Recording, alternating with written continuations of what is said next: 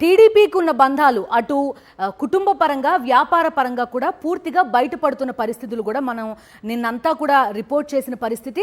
అటు నందమూరి, దగ్గుబాటి, నారా ఈ కుటుంబాలతోటి ఈ సంధ్యా ఆక్వా ఎక్స్పోర్ట్స్ ప్రైవేట్ లిమిటెడ్ ఓనర్లకి ఎటువంటి సంబంధాలు ఉన్నాయి, ఈ అంశాలన్నీ కూడా తెరపైకి వచ్చిన పరిస్థితి. సో టీడీపీ తను తీసుకున్న గోతిలో తనే పడింది అనే ఒక వార్త కూడా ప్రధానంగా హల్చల్ చేస్తోంది. ఈరోజు సతీష్తో ఇదే అంశం గురించి మాట్లాడబోతున్నాం. సతీష్, చెప్పండి, టీడీపీ విశ్వ ప్రయత్నాలు చేసింది ఏదో రకంగా ఈ అంశాన్ని వైఎస్ఆర్ కాంగ్రెస్ పార్టీకి అంటగట్టాలి అని చెప్పి, కానీ రివర్స్ కొట్టిందా ఆ మొత్తం వ్యవహారం అంతా, మొత్తం ఆ లింకులన్నీ కూడా బయట పెట్టిన పరిస్థితి. ఏం జరుగుతోంది ఇప్పుడు టీడీపీలో? చర్చ ఏంటి సతీష్?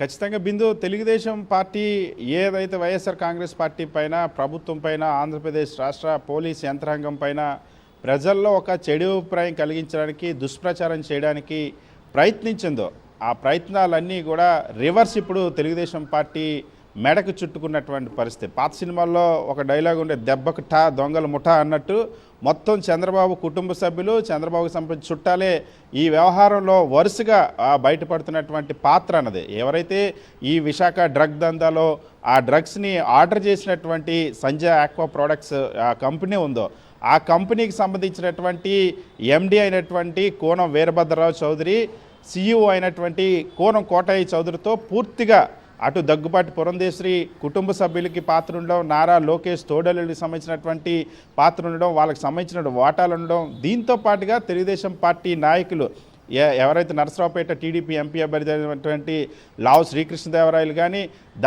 ఒంగోలు టీడీపీ అభ్యర్థి అయినటువంటి దామర్చర్ల జనార్దన్ తమ్ముడు దామర్చర్ల సత్య కానీ, ఇప్పుడు మరొక అంశం తాజాగా ఆలపాటి రాజా, మాజీ మంత్రి, తెలుగుదేశం పార్టీ ఆలపాటి రాజాతో ఉన్నటువంటి సంబంధాలు బయటకు వస్తూ ఉన్నాయి. ఇంకొకటి, విజయవాడలో పోటీ చేస్తున్న టీడీపీ అభ్యర్థి కుమారుడికి ఈ కోటయ్య చౌదరికి కూడా ఉన్నటువంటి సన్నిహిత సంబంధం బట్టబయలైంది. సో వైఎస్ఆర్ కాంగ్రెస్ పార్టీ మీద బురద జల్లేందుకు ఏదైతే ఈ డ్రగ్స్ని ఆ సిబిఐ పట్టుకున్నటువంటి క్షణాల్లోనే తెలుగుదేశం పార్టీ అధ్యక్షుడు చంద్రబాబు నాయుడు, నారా లోకేష్ కూడా ట్వీట్లు చేయడం, జనసేన ట్వీట్ చేసింది, బీజేపీ ట్వీట్ చేసింది.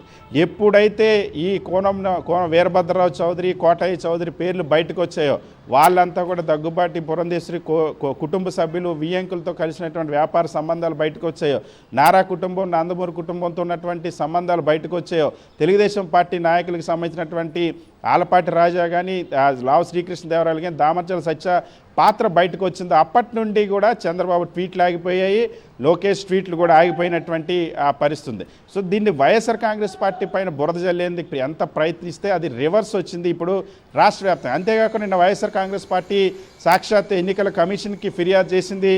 చంద్రబాబు ఆయన చుట్టాల పాత్ర పైన, దీనిపైన కేంద్ర దర్యాప్తు సంస్థల చేత విచారణ జరిపించండి, ఎన్నికల సంఘం కూడా విచారణ జరిపించండి, ఎన్నికల్లో అసాంఘిక శక్తులకి అందవేసేందుకు, ఎన్నికల్లో ఓటర్ని డ్రగ్తో ప్రభావితం చేసేందుకు తెలుగుదేశం పార్టీ కుట్ర చేసిందన్న ఒక అనుమానం ఉంది. దీనిపైన విచారణ జరపాలని కూడా ఫిర్యాదు చేసింది. దీంతో ఒక్కసారిగా డిఫెన్స్లో పడింది టీడీపీ. కనీసం ఎన్నికల సంఘానికి కూడా ఫిర్యాదు చేయలేకపోయింది, ఎందుకంటే అందులో ఉన్న వాళ్ళందరూ కూడా చంద్రబాబు చుట్టాలే కావడంతో కనీసం ఫిర్యాదు కూడా చేయలేకపోయింది. సో దీన్ని బట్టి తెలుగుదేశం పార్టీ ఏదైతే బురద జల్లాలనుకుంది, ఇప్పుడు ఆ బురద తిరిగి చంద్రబాబు, లోకేష్, నారా, నందమూరి, దగ్గుబాటి కుటుంబాలపైనే వచ్చి పడినటువంటి పరిస్థితి ఏర్పడింది.